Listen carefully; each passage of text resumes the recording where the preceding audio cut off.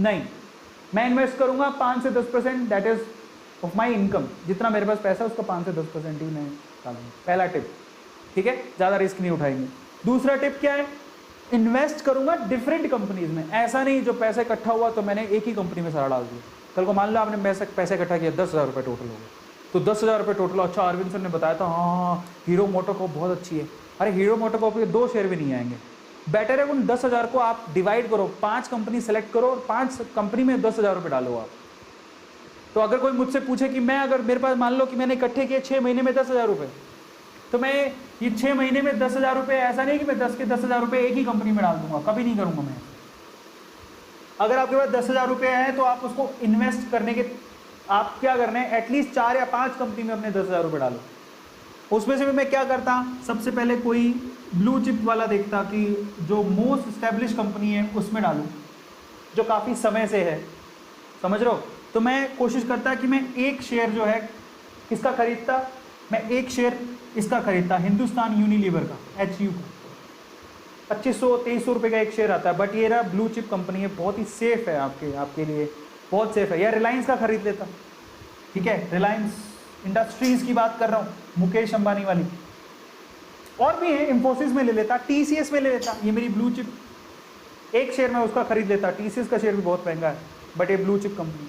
फिर मैं क्या करता, इसके अलावा मैं क्या करता, बैंकिंग सेक्टर में लेता, कुछ बैंकिंग सेक्टर के शेयर ले लेता, ICICI कंपनी में ले लिए, ठीक है, या फिर HDFC में ले लिए, या फिर SBI में ले लिए।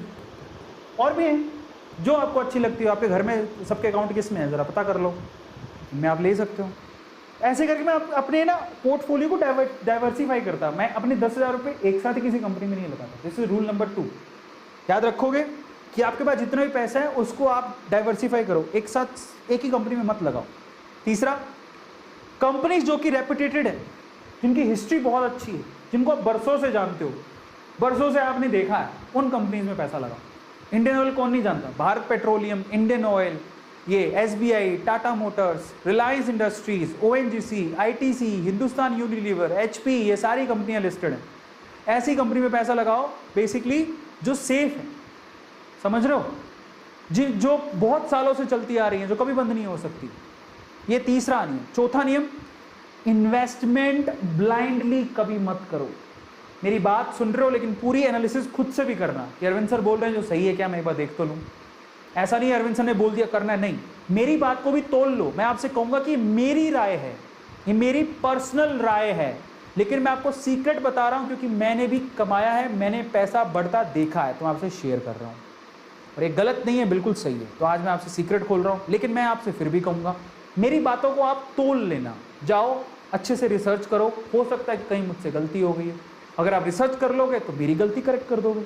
तो आप ब्लाइंडली किसी भी ट्रस्ट मत करो। ऐसे किसी ने बोल दिया हाँ हाँ वो शेयर बढ़ेगा, बहुत बर्बाद हुआ, ऐसे करके मत करना, अपनी रिसर्च करना, समझ रहे हो।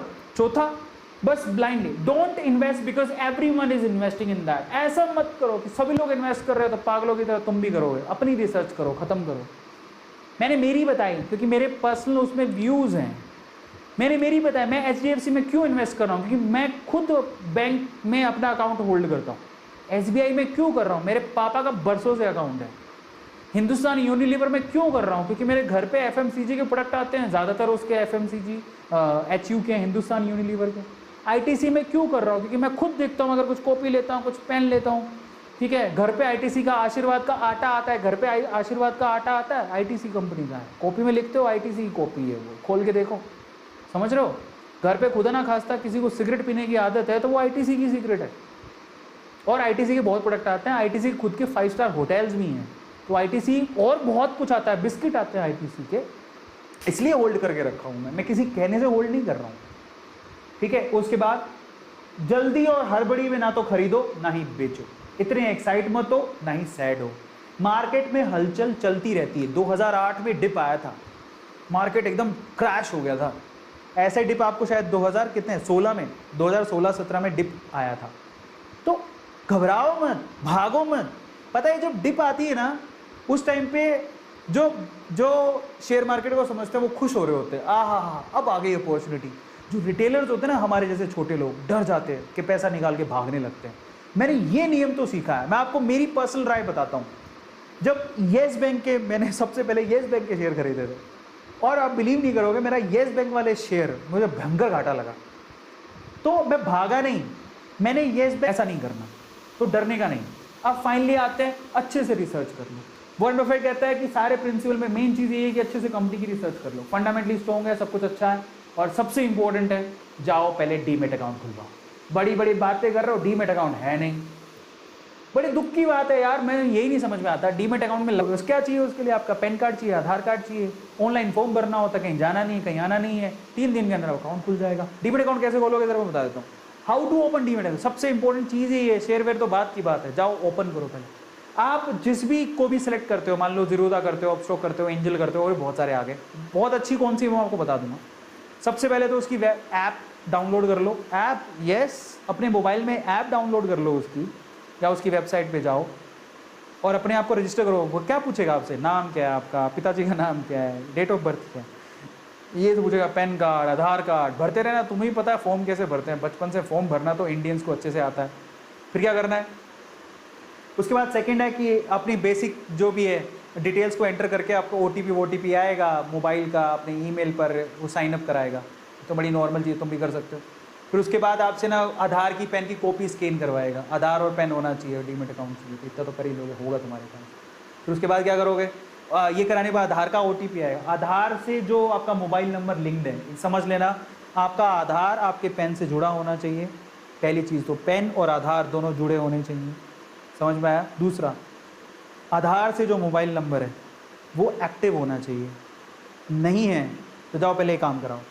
कई बार पैन कार्ड ही नहीं होगा, भाई साहब क्या कर रहे हो तुम, पैन कार्ड नहीं है तुम्हारे पास, जाओ पैन कार्ड लो, आधार तो होगा, आधार होगा, पेन बनवा लो, कुछ ज़्यादा टाइम नहीं लगता। फिर आधार को पेन से लिंक करवाओ, बहुत आसान है, कुछ नहीं होता उसमें, ऑनलाइन भी हो जाता है। और अपना रियल मोबाइल नंबर ही देना जो एक्टिव हो। कई लोग डर के मारे नहीं आधार में पता नहीं डेटा चला जाएगा, अरे मोबाइल नहीं दो कुछ नहीं होगा, क्योंकि ओटीपी से वेरिफिकेशन वहीं से होगा। अगर आपका आधार से मोबाइल अटैच नहीं है तो गया किसी काम का नहीं होगा, जाके पहले उसमें सही करवाओ, उसको सही हो जाएगा, वो बड़ी बात नहीं है, आधार सेंटर पे जाओ वो सही कर देंगे। अब ऑनलाइन भी कर सकते हो, फिर उसमें 48 से 72 घंटे लगते हैं एक्टिवेट होने में, इतना टाइम लेगा वो। फिर आपको वो क्या है, यूज़र आईडी पासवर्ड देगा, वो ऐप में डालो यूज़र आईडी, फिर डालो पासवर्ड, मेरा भी है, ठीक है, तो वह ऐसे ही है। उसके बाद आप इन्वेस्टमेंट शुरू कर सकते हो, सिंपल।